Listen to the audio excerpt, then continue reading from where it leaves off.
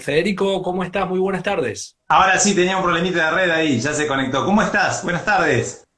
Muy bien, Federico. Estábamos dando siempre nosotros a esta hora, entre las 19, las 20, las 21, las 22, depende del horario, porque hemos tenido contactos con algunos colegas tuyos de distintos puntos del planeta, del mundo, y hay que ir acomodándose. El último fue en Singapur, que teníamos 11 horas de diferencia, por eso lo hicimos a las 22 horas, fue el lunes, el último contacto con aquella parte del mundo. Bueno, y decíamos, Federico, esta situación de incertidumbre compleja que tiene que ver con los números que por un lado se conocen respecto a la cantidad de contagiados, lamentablemente muchos fallecidos y también la buena noticia con los recuperados.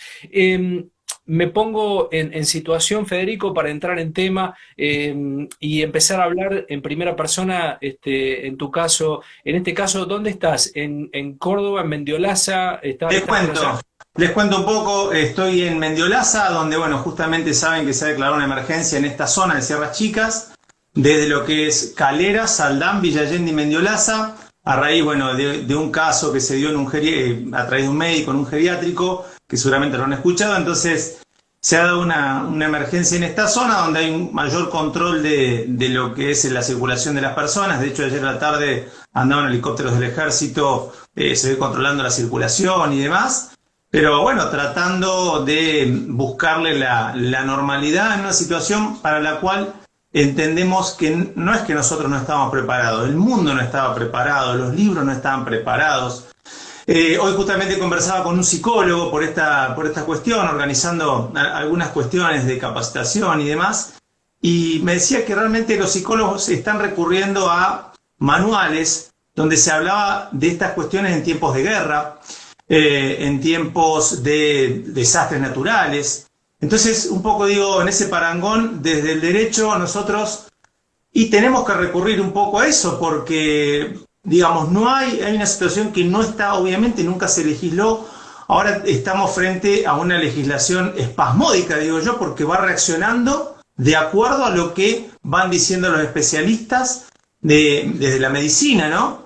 Pero también es cierto que hay que escuchar a los especialistas de otras ramas, como el derecho, como la economía.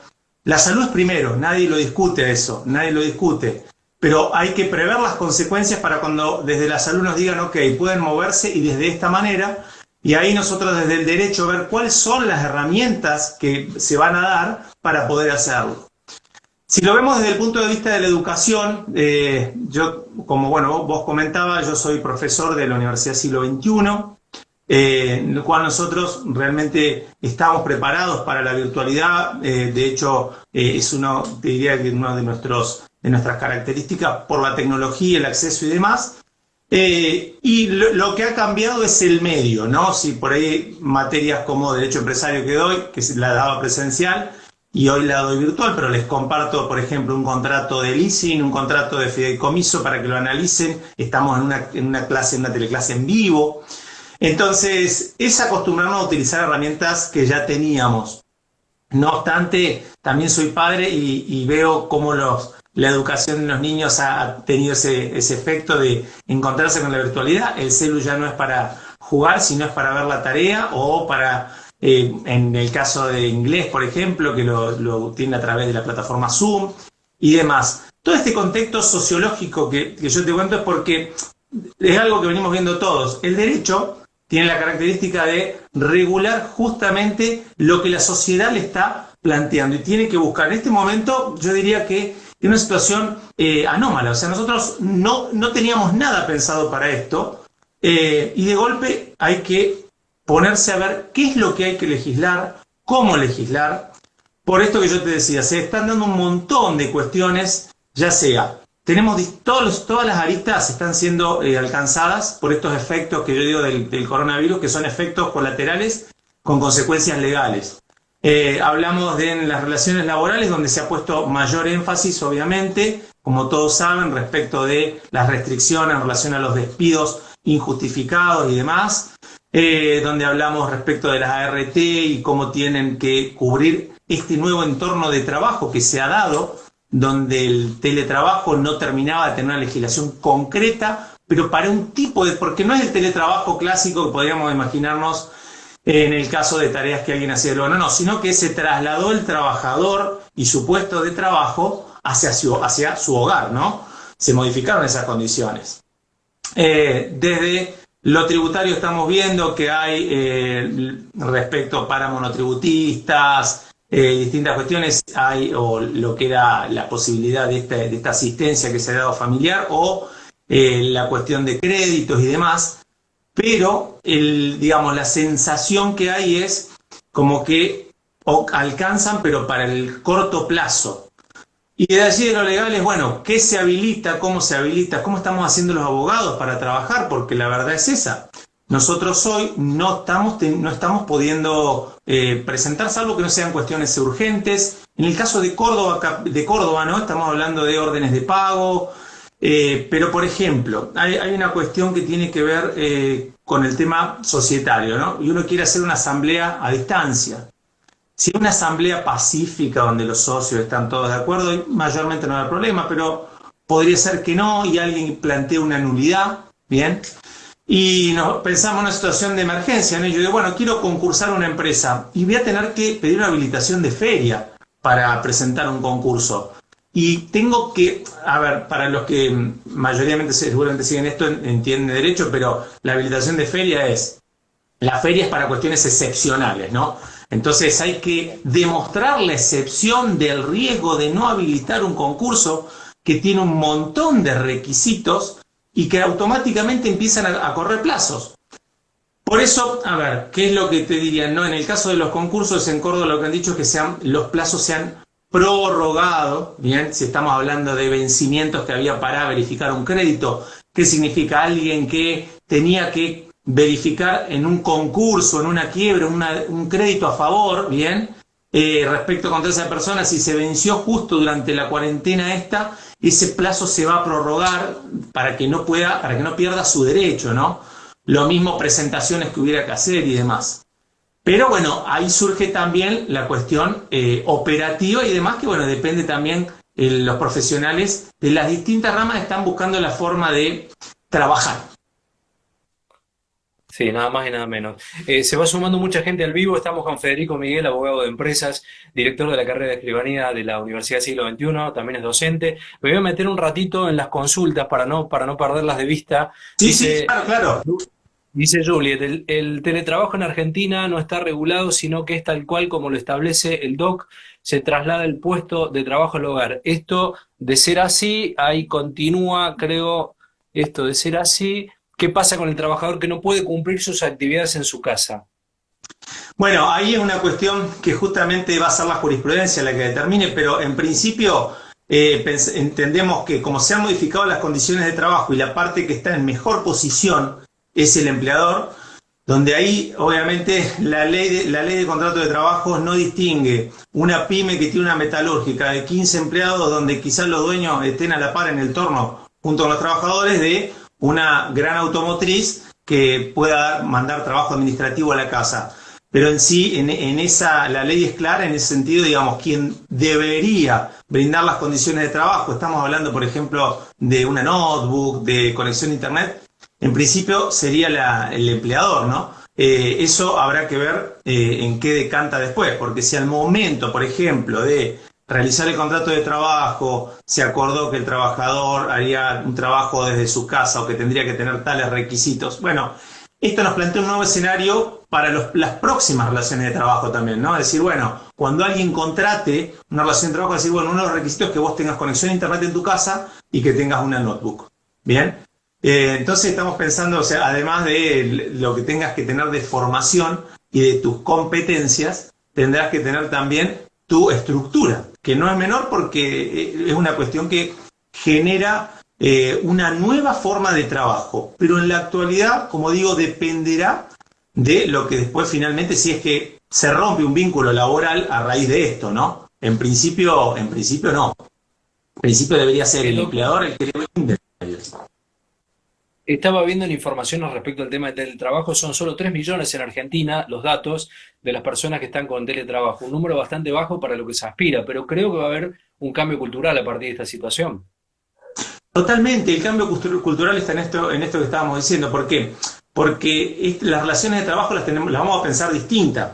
Por un lado, también va a surgir esto, ¿no? La empresa puede decir, bueno, perfecto, yo te voy a proveer las herramientas, te voy a proveer una notebook y te voy a pagar el acceso a Internet. Y lo primero que dirán, che, pero eso es otro costo muy alto.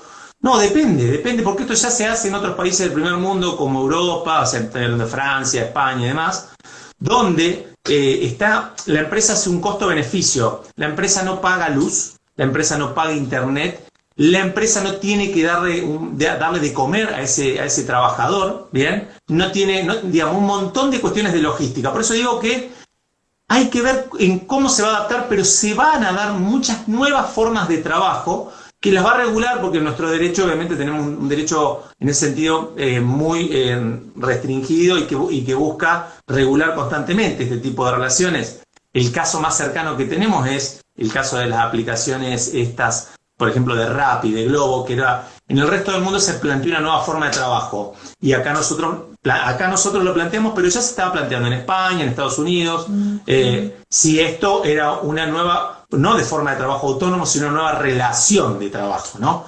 Entonces, yo creo que en este cambio cultural, quizás las pymes puedan llegar a tener una oportunidad en relación a los costos, por ejemplo, en abaratar costos y a tener una mejor calidad. Y ahí surgirá de vuelta lo mismo, una disyuntiva es, bueno, ¿estamos hablando de un empleo en relación de dependencia o de alguien que presta servicios? Caso de alguien que presta servicios, habrá que ver si no cumple con las cuestiones de las relaciones de trabajo, ¿no? Que estemos hablando de subordinación, estamos hablando de jornada, ¿bien? Si no se dan esas cuestiones, estamos ante un nuevo escenario.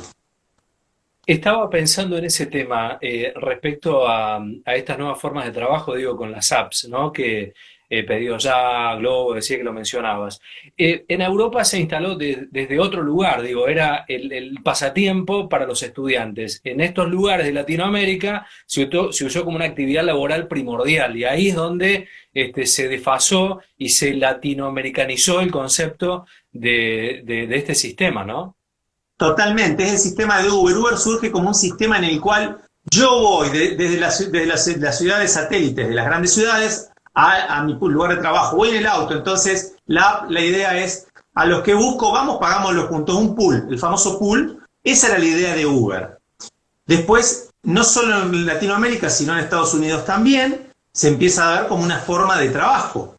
Allí, por ejemplo, es que, si no recuerdo mal, en Texas es donde es regulado como una relación laboral, protestas en todo el mundo, pero esta forma digamos, de relación que vos decís, es cierto que Latinoamérica la adoptó enseguida como una forma de trabajo independiente. Y bueno, y ahí justamente empezó la puja con los sindicatos, empezó la puja para ver si tenían que regularse o no. Y bueno, y es una cuestión que son nuevos escenarios, que son nuevas formas que ahora estamos viendo con otra perspectiva. ¿Por qué? Y porque la realidad, la biología, nos está llevando a decir, bueno, la biología nos pide que nos cuidemos y nos quedemos en casa. Ok, ¿cómo hacemos para producir quedándonos en casa? Claro. ¿Mm? El gran desafío. Me corro un ratito de esto porque se me va a ir el tema. Arrancábamos hablando con el hecho de Saldán, este hecho Sí. periodístico del geriátrico, que fue muy complejo. ¿Puedo avanzar alguna causa judicial respecto al geriátrico? ¿Se había mencionado ese tema? Mira, ¿Qué es lo que se puede hacer ante una situación excepcional también? y ahí hay una cuestión que tiene que ver con el trabajador de la salud, que en este sentido es quien está más expuesto. Y hoy yo les diría que el profesional de la salud, de hecho la Asociación Médica Argentina salió a respaldarlo. Si me dijeras, quienes estaban en el geriátrico, el propio geriátrico quiere iniciar una acción, o los familiares de quienes están internados, habrá que ver el nexo causal, ¿no? Habrá que ver esa relación del médico, si sabía o no sabía. De lo que se conoce de trascendidos periodísticos, digo porque no hay nada formal de esto, es que él no sabía, que aparentemente tenía una patología previa de asma por la cual se hizo realizar un hisopado ante el peligro, porque realmente son quienes están en esta guerra contra este virus, que están en la trinchera. Entonces, Yo considero, en mi opinión, que es muy difícil demostrar que el médico haya, y dudo en esto, más una cuestión, te diría, personal, de que dudo que un profesional de la salud, que los conozco de cerca y sé del gran esfuerzo que están realizando, y dudo que lo haya hecho a sabiendas, ¿bien? Por eso entiendo que el nexo causal no ha tenido culpa. Ahora habrá que analizar después la responsabilidad tanto del centro de salud donde atendía respecto de los implementos que le exigía o no utilizar al médico, en el geriátrico, cómo atendía respecto de los protocolos que estableció Nación. Hablamos de barbijo, hablamos de guante, hablamos de distancia, cuestiones a analizar. En este momento probablemente el municipio esté mucho más preocupado en evitar la propagación que en iniciar en alguna acción, pero al momento si en algún momento se analizara, yo creo que habrá que ver. Entiendo en principio, por ejemplo, en el caso del médico, si el médico estaba prestando servicio y estaba haciendo, digamos, bajo una RT, esa RT hoy debe cubrir su afección respecto del coronavirus, ¿no? Pero en esto estamos en una realidad que vos, como dijiste, estamos en una situación absolutamente extrema. Y hay una cuestión clave que tiene que ver con los recursos y tiene que ver también con lo que va a realizar el Estado. Tenemos un número limitado de hospitales públicos, privados, camas y servicios, ¿no? Y ahí lo que tenemos es personas con prepagas, personas con obras sociales, personas con obras públicas y personas sin obras sociales. En este momento, más allá de que locura, de que después verá quién paga qué, pero en principio todos van a ser atendidos y es lo que, digamos, ha trascendido a raíz de esta situación de emergencia desde el gobierno. Todos van a ser atendidos, como se ha dado en los principales países que están esto. El problema no era si te atendían porque tenías o no tenías obra social en los países, sino por el colapso que se dio respecto del sistema, ¿no? Toda la gente al mismo tiempo. Acá lo que vemos es, ahora sí, también después si querés analizar, decir, bueno, si yo no estoy recibiendo la prestación, yo pago una prepaga, suponete, de X monto, y para atenderme en tal lugar, estoy pensando en las prepagas sin hacer publicidad, ¿no? Pero en las de mayor categoría, y vas a un hospital de primera, a un sanatorio de primera, y te querés hacer atender y te dicen, no hay lugar. ¿Cómo no hay lugar? No hay lugar, porque estas camas me las pidió el ministerio, porque esta cama entraron por acá. Entonces, en ese caso, cuando hablamos de si pudiera haber una relación, podría haber una acción que se inicie contra la obra social y la obra social contra el sanatorio. Eso, para un después, habría que analizarlo. Pero hoy la emergencia nos lleva a decir, hay que atender a todos, ese es el principio, y después el tema será quién paga, ni más ni menos. Estamos hablando con el doctor Federico Miguel, que es abogado de empresas, director de la carrera de escribanía de la siglo XXI. Ya en un ratito nos vamos a meter con la carrera, con la universidad, para saber, bueno, la oferta educativa, que es muy interesante, y este avance en la educación vía redes, que lo hacen hace muchísimos años y realmente muy bien, pioneros en la actividad. También hablaba con profesionales, doctor, respecto al tema de qué corte transversal tiene interesante el análisis de la pandemia analizada desde el derecho, ¿no? Porque el derecho, en todos los lugares donde uno va tocando el tema del análisis coyuntural de este tema de pandemia, el derecho está como protagonista, ¿no? Totalmente. A mis alumnos en clase siempre les digo que los abogados nos cargan y dicen, los abogados se creen que saben de todo.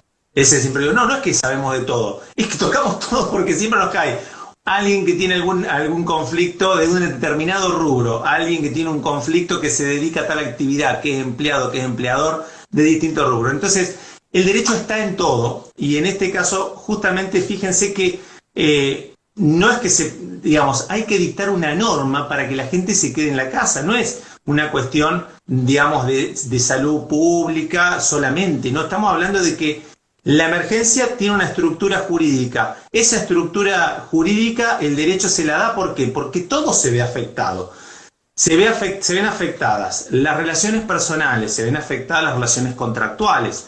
De hecho, fíjense que cuando vimos que cuando vimos que se tenía que extender esto, lo primero que surgió es, ¿qué pasa con los alquileres? ¿Qué pasa con los créditos? Y enseguida hubo que volver a explicar bien. Si bien el decreto era muy claro, respecto de esto. Es más, hasta el decreto yo creo que buscaba desalentar acciones de inconstitucionalidad y demás, nombrando antecedentes donde ya el Estado ha intervenido respecto de los contratos, pero igual no quita que alguien pueda plantear la inconstitucionalidad de esto. Sí se planteó, ni bien arrancó la cuarentena, no sé si recordás, la inconstitucionalidad del confinamiento. Se presentó un habeas corpus ante la Corte y automáticamente fue rechazado. Bien, le digo automáticamente porque fue en tiempo récord, no sé si menos de 24 horas. Y después, digamos, se tuvo que ir legislando de acuerdo a la urgencia de lo que se iba dando. Una normativa para los monotributistas, los ingresos familiares de emergencia, decíamos los contratos, los créditos, luego las tarjetas de crédito, la actividad bancaria, ¿bien?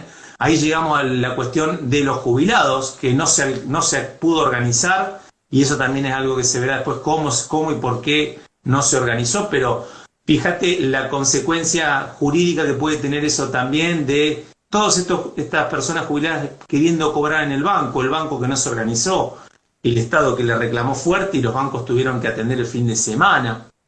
Toda una cuestión que se empezó, por la cual el derecho atravesó todas las cuestiones que se daban. Y es justamente porque estamos en un Estado de Derecho, y en eso es importantísimo resaltarlo, más allá de, digamos, de la cuestión propia del decreto que nos obliga a estar confinados, salvo las actividades autorizadas y demás. Es importante que quede claro que las garantías constitucionales, la Constitución está vigente, que de hecho es la que autoriza a realizar esta cuestión, pero está vigente. Ningún derecho se ve vulnerado por esto, o debería verse. Eso es una cuestión en esta transversalidad. Doctor, ¿cómo se educa en estos tiempos? ¿Cómo hacen ustedes desde la universidad para continuar la actividad educativa? Bueno, mira, ¿cómo hacemos? Primero, realmente un gran equipo técnico, de la universidad, el cual está dando soporte respecto de lo que es el contenido. Nosotros tenemos un campus virtual y tenemos un sistema de aprendizaje multimedial, ¿bien? En el cual los alumnos tienen acceso a las distintas materias con contenido, también tienen acceso a bibliografía online, ebooks, demás, los tratados y todo. Y como docente, lo que estamos realizando son las clases presenciales, las estamos realizando a distancia. Significa, ¿cómo es esta cuestión? Las estamos realizando así, transmitiendo en vivo por una plataforma interna que tenemos, donde los alumnos conectan sus micrófonos, sus cámaras, a veces por chat, porque también en eso todos tenemos, hay que poner un manto de piedad en ese sentido sabemos que los niveles de conexión por ahí de los distintos lugares no es el mismo, sabemos que puede andar un niño dando vuelta, una niña, una mascota, y bueno, y son cosas que se van entendiendo, aunque los tengo a todos encerrados ahora, pero bueno, no pasa nada, están bien atados, no se preocupen. La cuestión es esa, y la verdad te diría que hasta hay un clima más intimista con los alumnos. ¿Por qué? Porque estamos todos en la misma y encontramos un refugio, quizás, una salida en este aula virtual, en este lugar que hemos desarrollado nuevo. Y muchas veces te digo, en las clases se da esta cuestión de estar hablando con los alumnos y decirle, bueno, ya comieron, che, ¿cómo lo están pasando? ¿Hace cuánto hicieron ejercicio hoy? ¿Salieron a correr? Esa cosa íntima que la verdad que es muy, muy lindo, porque estamos todos en la misma. Este virus no distingue clase, no distingue educación, no distingue billetera, no distingue nada. No nos hace un veraz ni nos hace ningún análisis. Fíjate que en nuestra universidad se han recibido alumnos en cuarentena, a distancia. Estamos hablando así por videollamada, o sea, calculo que en la casa le han tirado huevos, le han hecho el festejo. Fíjate en esto que decías de cómo el derecho justamente busca, digamos, atraviesa todo. No perdieron su derecho de poder culminar la carrera. Más allá después, obviamente, cuestiones administrativas y todo, pero el alumno se pudo recibir, pudo rendir su tesis, ¿entendés? Entonces, eso creo que es algo muy interesante y sobre todo, bueno, pudieron acceder a la educación. Y hoy creo que todos los docentes de todos los niveles estamos haciendo un esfuerzo enorme y aprovecho para agradecer a todos porque realmente es una cuestión muy, ¿cómo decirte? Que muy de vocación, muy de vocación. Claro, claro. Doc, ¿algún análisis respecto a digo, en esto de la formación de los nuevos profesionales? ¿Cuáles son los nuevos perfiles que va buscando el abogado? Digo, en esta actualización también que tiene que ver con el trabajo. ¿Para dónde va orientada un poco ese análisis, ese nuevo profesional? Mira, el perfil nosotros del nuevo profesional, nosotros desde el siglo XXI justamente buscamos perfilar al profesional que no solamente que demanda el mercado, sino que demanda la realidad. Estamos hablando de un profesional que tenga mucha capacidad de adaptación, que hoy en día se está viendo justamente, se pone en juego, ¿no? Ante esta situación. Estamos viendo un profesional emprendedor, estamos viendo un profesional que comprenda la internacionalización, esto que decías vos, que estabas hablando con alguien de Singapur, y en el cual el derecho también cruza estas fronteras, y también con un espíritu solidario. Y respecto de esto, cuando decimos un espíritu solidario, es entender la realidad de todos. Nosotros tenemos trabajo, digamos, o prácticas pro bono también. Tenemos cuestiones de llegar a distintos alumnos a través de prácticas solidarias y digamos que buscan insertar al alumno en una realidad quizás muy diferente a la que vive y que le permite justamente tener una perspectiva más amplia en el momento de ejercer la profesión.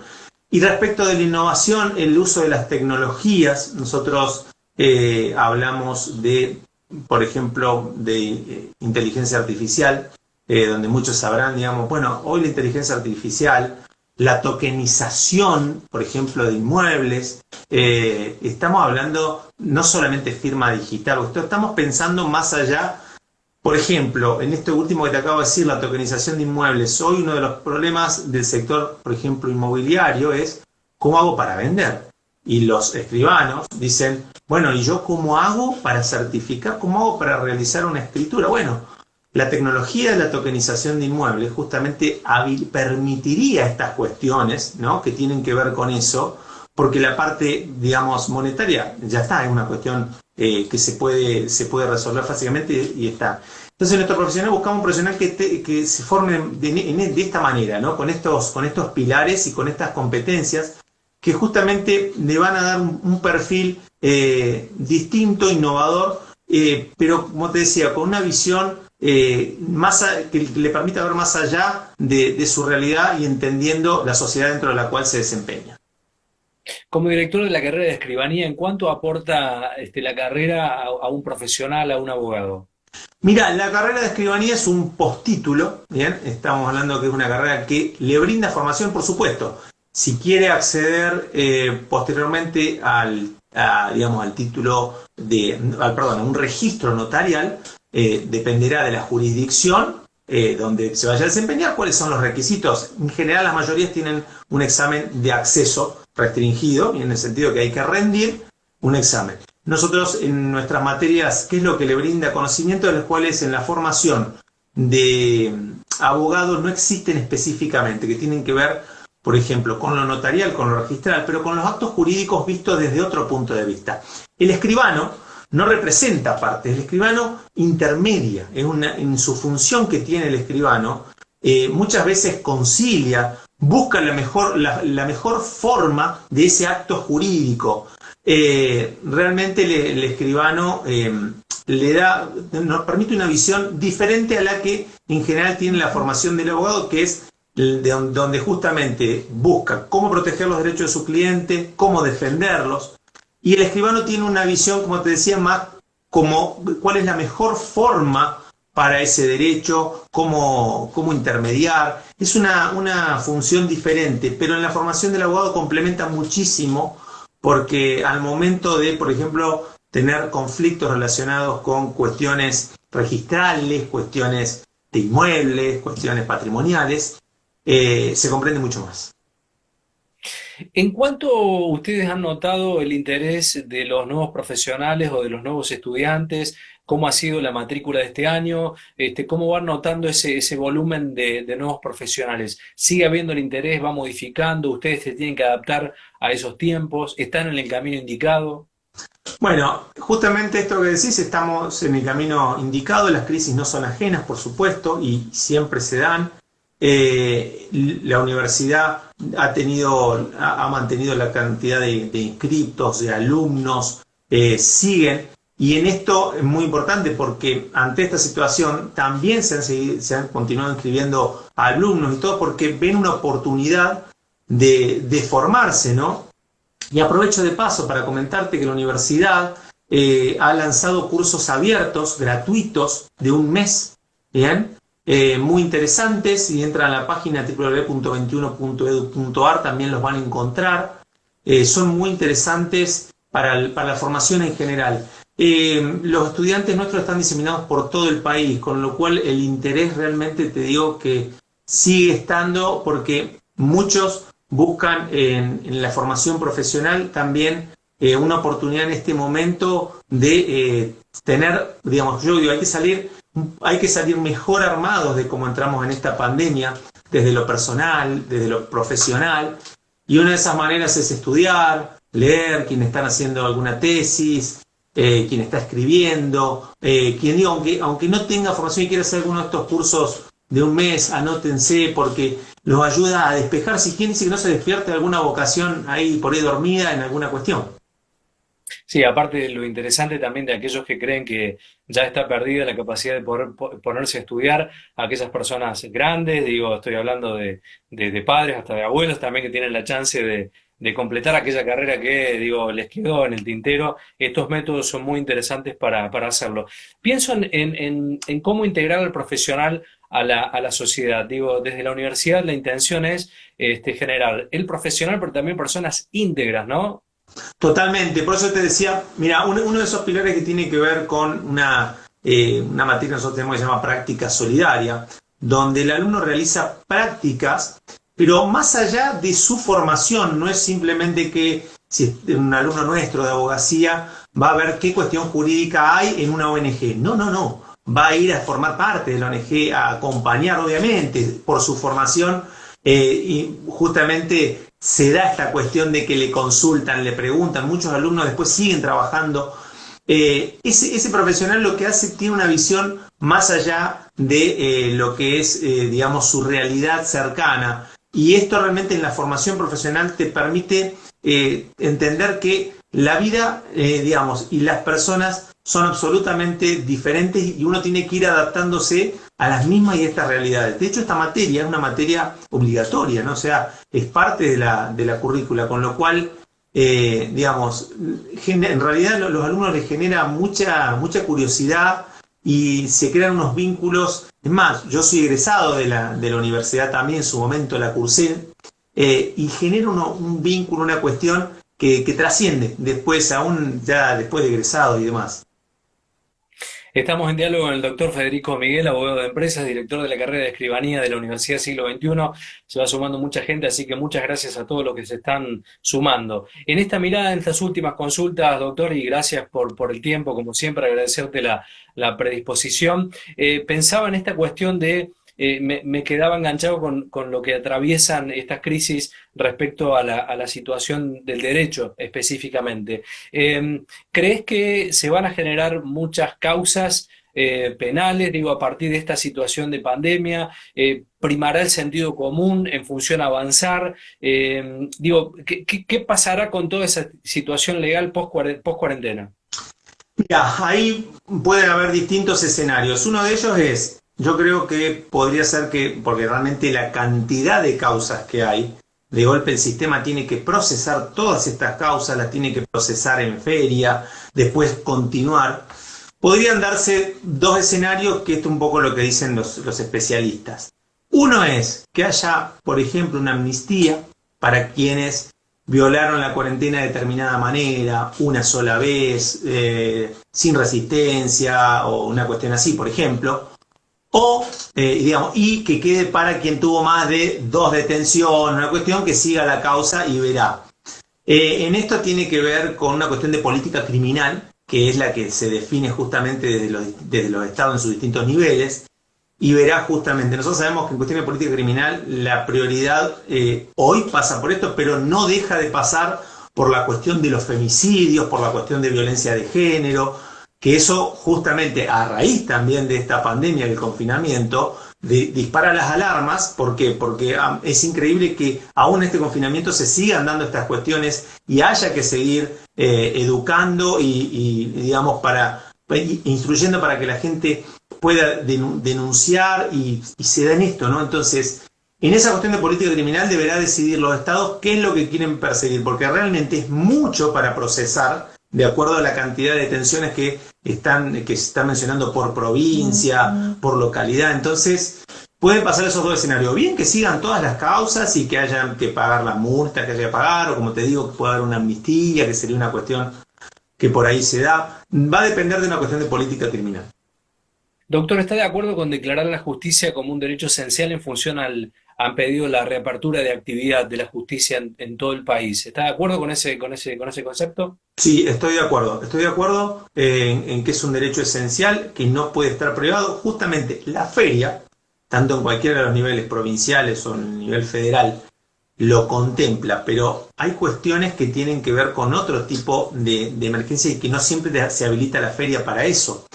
Entonces, en este caso, yo creo que los sistemas están. Ahora, no sé si todos los trabajadores de los distintos poderes judiciales tienen los medios, tienen las herramientas, y ahí volvemos a lo que decía al principio, y bueno, será el Estado el que tenga que brindar la seguridad.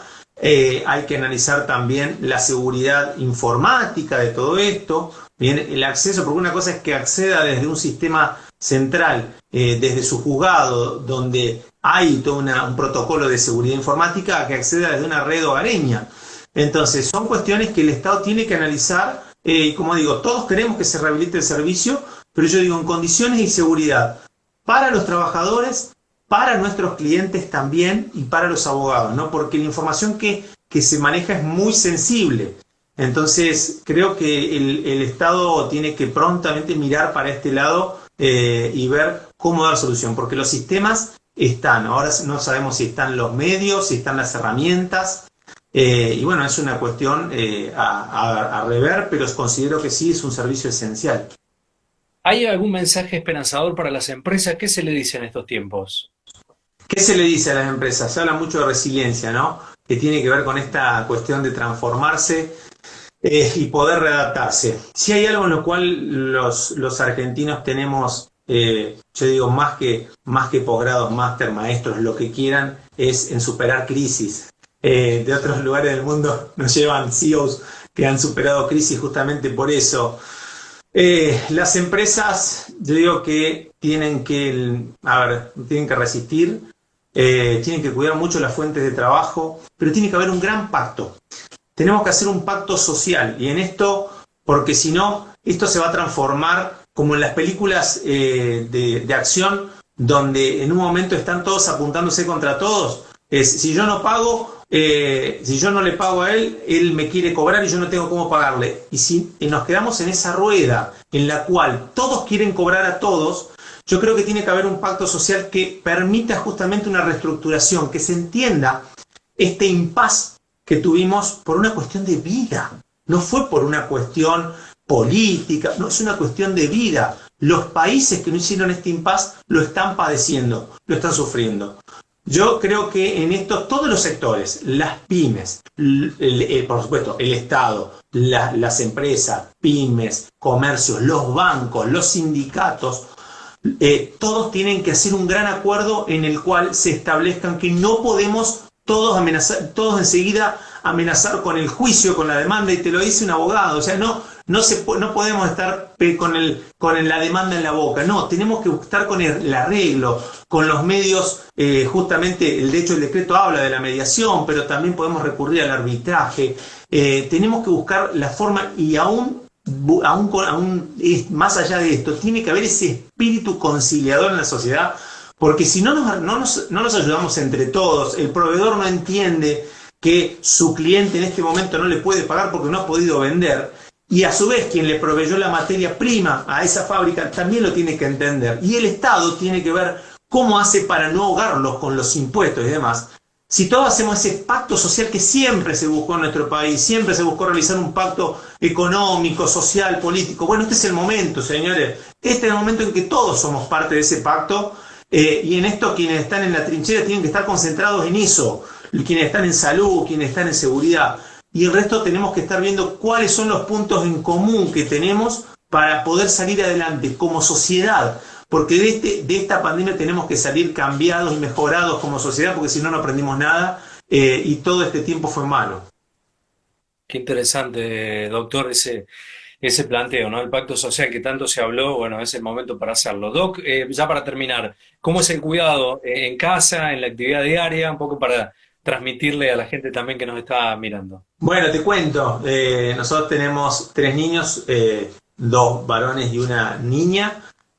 ¿Cómo hacemos? Todo el tiempo, bueno, mi mujer también trabaja, ella también es profesora, así que nos turnamos para dar clase, hemos armado 2 oficinas, esta es una y la otra está más allá.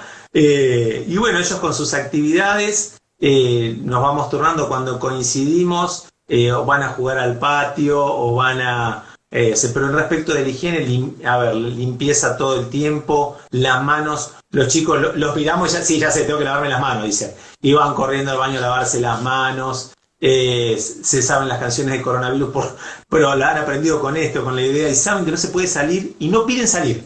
Fíjate una realidad, no piden salir, y cuando yo, que soy el que ha tenido que salir, me piden que no salga. Entonces, en ese sentido, hemos hecho barbijos, cuando no conseguimos, primero nos pusimos a fabricar barbijos entre todos, digamos, son parte y están entendiendo. Creo que se está formando la generación Q de cuarentena o de cuarentena que se está dando en esto, que son estos chicos que entienden que tienen que estar encerrados y que su medio y su forma hoy de salir es a través de esto. Cuando te digo una anécdota que es muy interesante, porque para entender la cabeza cómo le está yendo a los chicos, que yo creo que no los tenemos que perder de vista y tenemos que explicarles todo. Lo veía con el celular, que estaba viendo un vivo de un youtuber, no sé qué, le digo, hijo, pero si no salí al patio, no, pero esto es una forma de salir de casa, me decía. ¿Me entendés? Entrando en un chat, entrando viendo otra cosa. Entonces, bueno, la verdad que sí, cuidándonos, esa es la idea. Bueno.